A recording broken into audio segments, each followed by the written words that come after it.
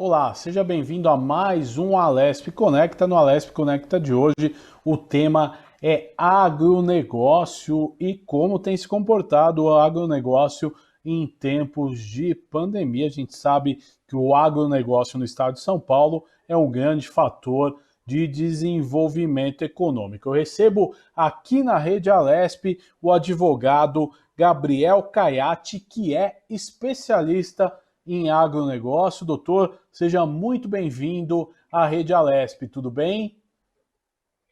Bom dia, é um prazer estar aqui. Tenho certeza que vai ser uma conversa muito proveitosa sobre um tema importantíssimo para o nosso estado de São Paulo. Doutor, é importante a gente ressaltar alguns assuntos, né? Eu queria que você falasse primeiro, né, da importância do agronegócio para o estado de São Paulo, para que o telespectador que nos acompanha tenha uma cura do papel do agronegócio no estado de São Paulo. Bom, o estado de São Paulo é proeminente, evidente, no setor de serviços e no setor de produção industrial. Mas o agronegócio não deixa de ser um dos setores mais importantes da nossa economia, principalmente na produção de cana-de-açúcar. O estado de São Paulo é famoso por ter um mercado sucroalcooleiro bastante estruturado, que é modelo para os demais estados da federação. Nós temos o Consecana, que tem um sistema de precificação da cana que foi pioneiro no Brasil. A gente tem o suco de laranja, que é um dos principais produtos de exportação brasileira aqui no interior. E basicamente os dois produtos mostram a vocação agrícola do estado de São Paulo, além do café e além de outras culturas que vêm surgindo nos últimos tempos. Doutor, muito interessante. Agora fala assim, agro, se pensa logo, né, em plantação. Agronegócio é só isso, doutor? Não, na verdade, agronegócio é um conceito muito mais amplo, né? A gente fala em agronegócio, a gente acaba ficando só na parte do agro, então a gente pensa na pecuária e na agricultura. Mas quando a gente fala em agronegócio, a gente está olhando para toda a cadeia. A gente pensa numa relação intersetorial, desde a produção de sementes, de mudas, de fertilizantes, herbicidas, máquinas. Então, todo o setor que a gente chama antes da porteira, tudo que é necessário para que se desenvolva essa produção agrícola, para que se desenvolva essa pecuária, passando até pela própria produção, que a gente chama de ciclo biológico. Então, qualquer tipo de desenvolvimento de ciclo biológico, uma cultura de cana, de açúcar, uma cultura de café, uma produção de gado, uma produção leiteira, a gente chama de ciclo biológico. É a produção que a gente chama dentro da porteira.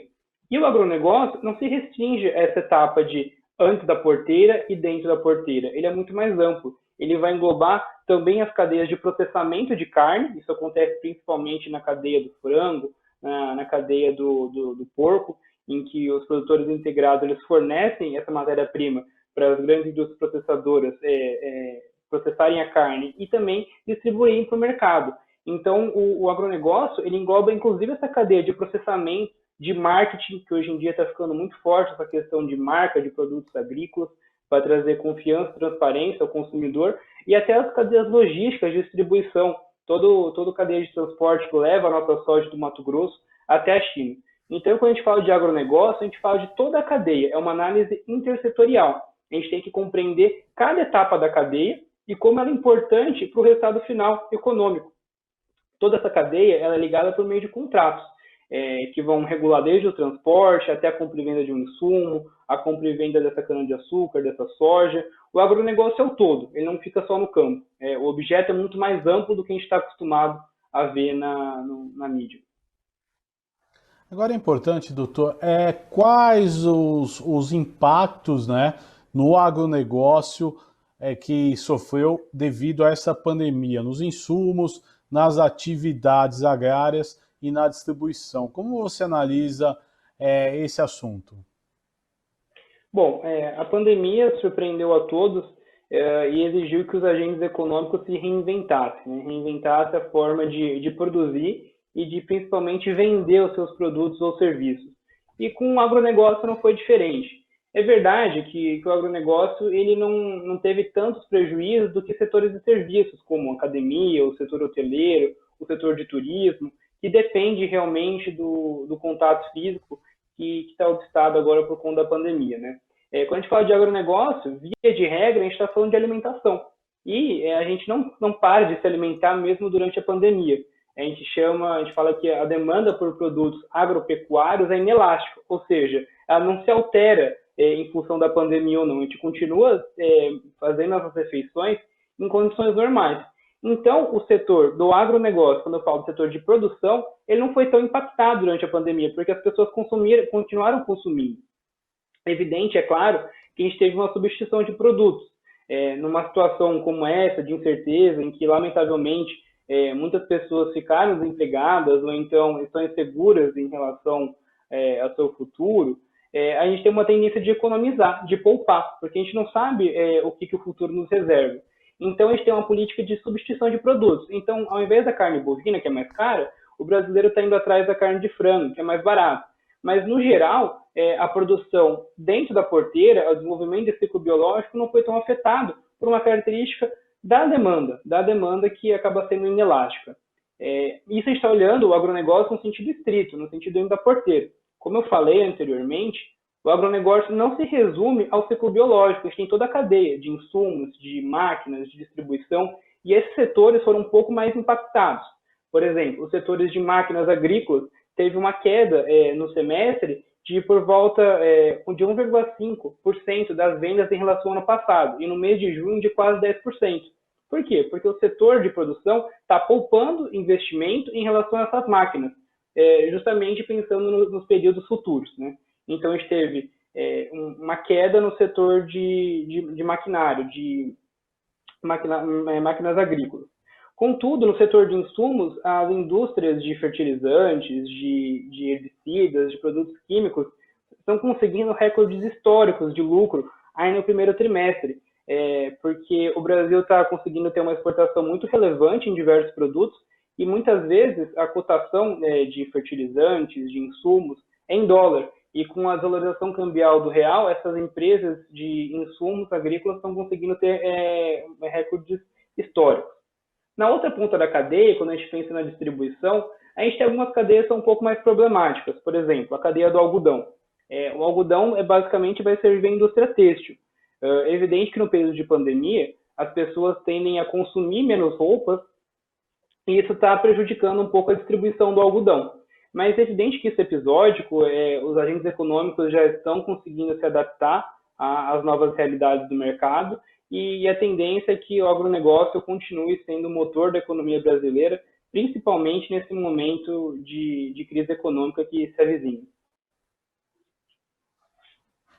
Interessante, doutor. Agora é importante a gente perguntar em questão do comércio exterior. O agro foi impactado em razão da pandemia, porque assim, no momento, numa visão de leigo, eu não vejo quem não seja impactado em questão de comércio exterior, né, doutor? Como funcionou a questão específica do agronegócio? Bom, o agronegócio foi sim impactado pela pandemia em relação ao mercado exterior, mas foi impactado positivamente. Como eu já havia mencionado, a nossa moeda teve uma desvalorização cambial. Então, quer dizer, está muito mais barato comprar a nossa produção. Então, o Brasil está com de soja, foi o recorde histórico do mês de junho, está conseguindo bater recordes na exportação de café, de suco de laranja, de açúcar e até pescado, que nunca foi tanto forte da produção agrícola brasileira. É verdade que a China já começou a habilitar, a certificar algumas plantas industriais para essa exportação. Então, em certa medida, a pandemia permitiu que as grandes commodities agrícolas tivessem um grande boom, né? É claro que a gente teve alguns problemas, principalmente com exigências sanitárias, né? A gente não pode esquecer que o coronavírus vem de um problema agroalimentar, um problema sanitário, então mais do que nunca essa pauta se tornou importante. Não à toa, coisa de 1, 2 semanas, começaram a surgir notícias de que algumas plantas industriais de processamento de carne de frango haviam sido interditadas pelas autoridades, em função de relatos de infecção de coronavírus pelos funcionários. Isso trouxe um abalo momentâneo nas exportações de frango, mas nada que prejudicou a longo prazo, né? As plantas já estão reabilitadas e o Brasil segue firme também nesse setor. Agora, doutor, em relação à agricultura familiar, ela teve o mesmo sucesso em relação a commodities durante esse período de pandemia?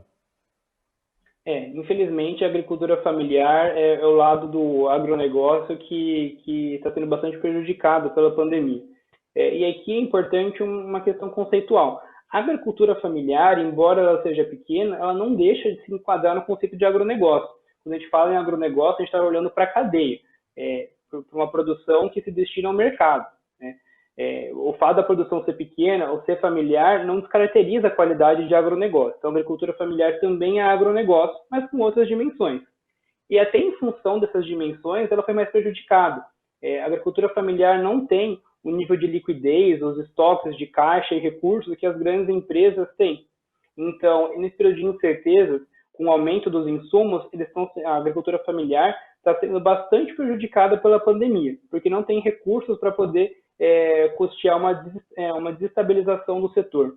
Um outro ponto que é bastante sensível na agricultura familiar são as cadeias de distribuição. Em função da pandemia, diminuíram-se os canais de escoamento e ficou mais caro o frete no primeiro momento. Então, isso prejudicou. Além de, evidentemente, né, a agricultura familiar é muito fomentada pelo Estado. E nesse sentido, a gente tem algumas licitações que permitem que a agricultura familiar tenha preferência.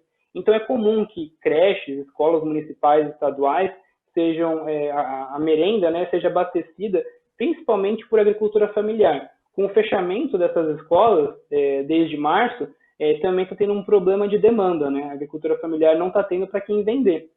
E, por fim, o outro problema da agricultura familiar é o acesso ao crédito. Por não terem tantos recursos, tanta liquidez, a agricultura familiar depende do crédito. E o crédito rural ficou mais caro nos últimos tempos. Não à toa estão surgindo projetos de lei, um já até foi aprovado na Câmara dos Deputados, está indo para o Senado, para discutir um benefício emergencial para os agricultores familiares, pensando em sistemas de garantia, novas fontes de financiamento, para evitar um êxodo rural e impedir que esse tipo de agricultura que é tão importante no Brasil seja interrompida pela pandemia. Interessante. Agora, outra questão que é importante nesse momento, né, da agricultura familiar. Eu quero seguir nesse tema com mais uma questão. Como fomentar a agricultura familiar num período tão difícil, meu caro Gabriel? Bom, a agricultura familiar, nesse momento, ela vai ter que ser fomentada principalmente pelo Estado. Então, a gente precisa de que projetos de lei e que os bancos públicos criem linhas de crédito específico para esse tipo de agricultura, com juros mais baratos, com uma prorrogação das dívidas, de forma a permitir que esse tipo de agricultura consiga ter recursos suficientes para se manter. E mais do que isso, eu acho que educação e treinamento para a agricultura familiar é importantíssimo. No momento em que a gente está valorizando muito a segurança alimentar, aspectos biosanitários, então, às vezes, o produto orgânico, o produto que você conhece o produtor, vai ter uma valorização muito grande nesse momento. Então, eu acho que políticas de fomento na linha do crédito, na linha da educação e treinamento para essas famílias, e principalmente na linha de certificação e mostrar como essa agricultura é importante para o Brasil e pode sim trazer produtos de qualidade, é uma forma de jogar a luz para um setor que não pode ficar abandonado. Agora, além da distribuição, agronegócio depende muito, né, Gabriel, de fomentos e incentivos de crédito para financiar suas atividades. A pandemia, ela afetou muito o crédito rural, como tivemos aí todas as modalidades de crédito afetadas, ou é um setor que não sofreu tanto? Então, o crédito rural é uma situação delicada, porque a gente teve um encarecimento do crédito rural. Se ano passado a gente estava falando de taxas de juros por volta de 6,5% ao ano, esse ano já está em quase 10%. Quer dizer, foi um aumento de quase 50% de aumento dos juros para crédito rural, além de aumento de outras taxas bancárias. Os bancos utilizam como argumentação para esse aumento de quase 50% a pandemia, informando que a situação da pandemia desestabilizou o mercado, é uma situação de risco, de incerteza.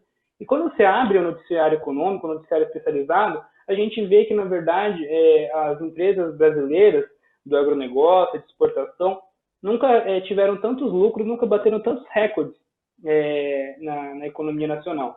Então, é um pouco incongruente esse discurso das instituições financeiras de que os juros ficaram mais caros por conta da pandemia, quando a gente olha o noticiário econômico. Então, na verdade, se houve esse encarecimento do crédito, da taxa de juros, isso se deve não à pandemia, mas a um fator extra-pandemia. O que aconteceu? No final do ano passado, o Superior Tribunal de Justiça, nosso STJ, julgou um caso importantíssimo em matéria de agronegócio, que ele assentou as balizas para que a empresa rural, o empresário rural individual, possa pedir recuperação judicial. Essa era uma questão que até 2018, 2017, preponderava o entendimento de que o empresário rural não poderia pedir recuperação judicial se ele não tivesse registrado na junta comercial. O STJ reverteu esse entendimento, falando que ele sempre foi empresário, então que ele pode sim pedir recuperação judicial. A recuperação judicial ele é um procedimento que permite que a empresa reequilibre suas dívidas. Então, todas as dívidas, todo o passivo da empresa existente na data do pedido vai ser submetido a um plano, que provavelmente ele vai ter um deságio, vai ter uma carência, e vai acabar tirando boa parte dos juros já incluídos nas dívidas, né? Como o crédito para o empresário rural ele é sempre fomentado, é sempre custeado, ele é mais barato do que um crédito para uma indústria, por exemplo, ou para uma pessoa física individual, o fato desse empresário rural individual poder pedir recuperação judicial gerou uma reação no sistema financeiro, que automaticamente elevou a taxa de juros. Então, se a gente teve um aumento na taxa de juros, isso se deve não à pandemia, mas ao fato de que o STJ definiu as premissas, as balizas para que o empresário rural individual possa pedir recuperação judicial. Interessante. Agora, outro fato que é bastante questionado, houve algum projeto de lei para incentivar o agronegócio num momento tão difícil, meu caro Gabriel? Então, a gente teve alguns projetos específicos no sentido de fomento ao crédito, de treinamento, mas eu acho que o principal projeto que surgiu para o agronegócio veio no chamado Regime Jurídico Emergencial Transitório. Foi uma lei que já está em vigor para poder regular as relações contratuais, as relações privadas nesse momento de pandemia. Esse projeto, ainda na Câmara dos Deputados, tinha dispositivos que alteravam um pouco o regramento dos contratos de arrendamento e dos contratos de parceria. Mas, ao longo da tramitação legislativa, esses dispositivos foram retirados do projeto. Então, até o momento, a gente não tem nenhuma legislação específica para poder regular os contratos agrários em momento de pandemia. A gente permanece com o nosso regramento anterior. Interessante isso. Agora, como é que você vê, né, na questão do agronegócio, o novo normal? Bom, o novo normal vai exigir muito questões sanitárias e segurança alimentar. Então, é importante a gente analisar o cenário uma perspectiva um pouco mais ampla. Até essa pandemia, a gente já vinha num momento de crise com uma lenta recuperação. Então, as empresas, por conta desse período de crise, desde 2014, 2015, começaram a poupar recursos. Então, a gente chegou no começo da pandemia com nossas empresas muito abastecidas, né? As grandes empresas, as multinacionais, com muitos recursos em caixa para investir, fruto dessa poupança feita durante o período de crise. O que aconteceu? Diante dessa reconfiguração, que a gente chama de novo normal, as empresas decidiram começar a abrir esses caixas de investimento para investir em tecnologia. Então, por exemplo, a gente tem exemplos concretos de grandes empresas que estão lançando franquias para prestar serviço de consultoria para o agricultor. Então, imagina uma franquia que vai prestar um serviço de consultoria em relação à pecuária. Então, vai colocar um certificado. Olha, essa produção tem o certificado da empresa tal. A gente tem muito forte a questão do gerenciamento das fazendas à distância. Então, hoje a gente tem aplicativos e serviços que permitem com que o empresário rural consiga monitorar e saber tudo o que está acontecendo na sua fazenda a tempo real. Isso passa muito pela questão dos drones, que vai ali realmente mostrar o que está acontecendo na fazenda. Inclusive, o Ministério da Agricultura está regulamentando o uso de drones na agropecuária.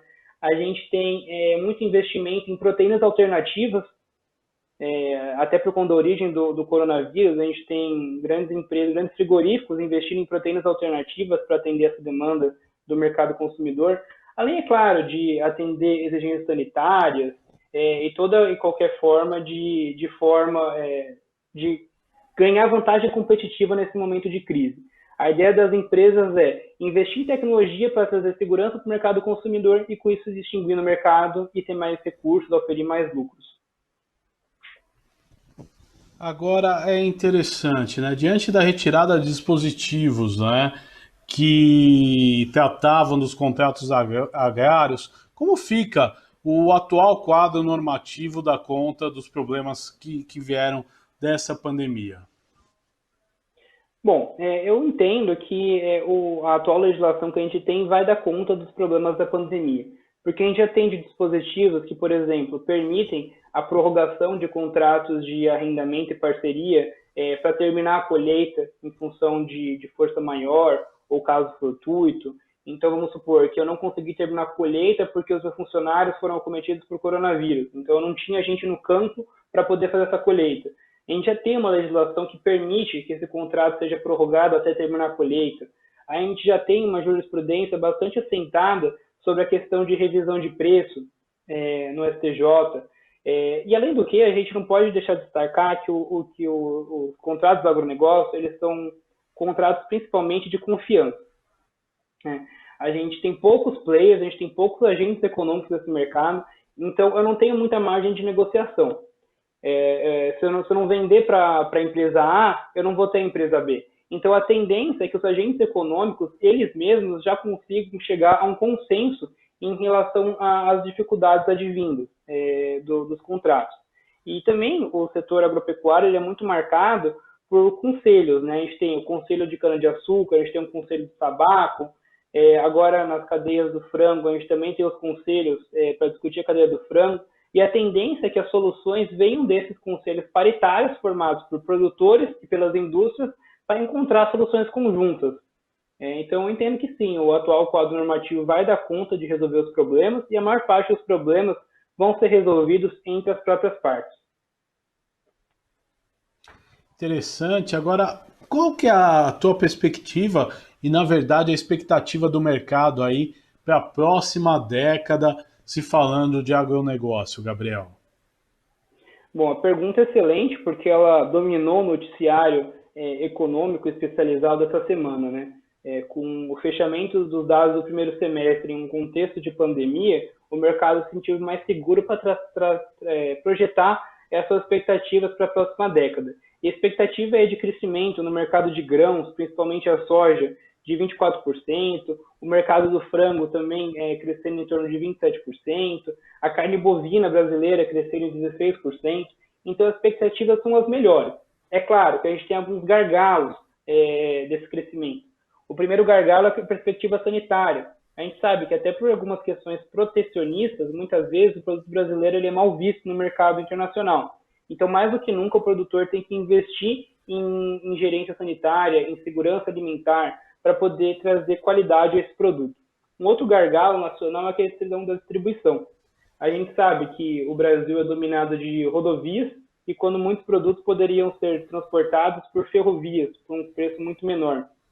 Os nossos portos estão próximos do esgotamento, então, para que a gente consiga alcançar esse crescimento projetado de 20%, 25%, a gente precisa resolver esses dois gargalos, segurança alimentar e logística, o que depende principalmente do setor privado e do Estado investindo em infraestrutura. Olha, interessante, Gabriel. Dentro disso, a gente fazendo um retrospecto histórico, nós vamos lembrar da greve dos caminhoneiros em 2018. Como ficou essa questão no STF? Foi uma greve que prejudicou muito, principalmente o agronegócio, né, Gabriel? A greve dos caminhoneiros ela surgiu para colocar nas manchetes dos jornais um problema que já era evidente há muito tempo. O descompasso entre a oferta e a demanda. Né? O que aconteceu? O que aconteceu no Brasil? Até 2014, a gente vinha em franco crescimento, 2014, 2013, o PIB crescendo, as exportações aumentando, o governo investindo em fomento de crédito, permitindo que microempreendedores comprassem seu próprio caminhão para poder atuar no mercado de frete. A partir de 2014, 2015, a gente tem um começo de uma recessão econômica. Então, a gente diminuiu as exportações, o mercado ficou instável. Então, a gente tinha muito caminhoneiro para menos frota. A gente tinha muita frota para pouca demanda. A demanda diminuiu. Então, isso barateou muito o preço do frete. E, na época, o vilão que foi apontado foi o preço do combustível. Mas, na verdade, o problema não era o preço do combustível, era um descompasso de oferta e demanda.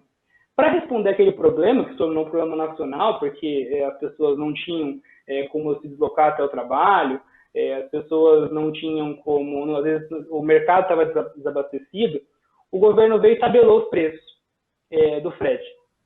Isso é muito estranho, porque a Constituição brasileira não permite tabelamento de preço.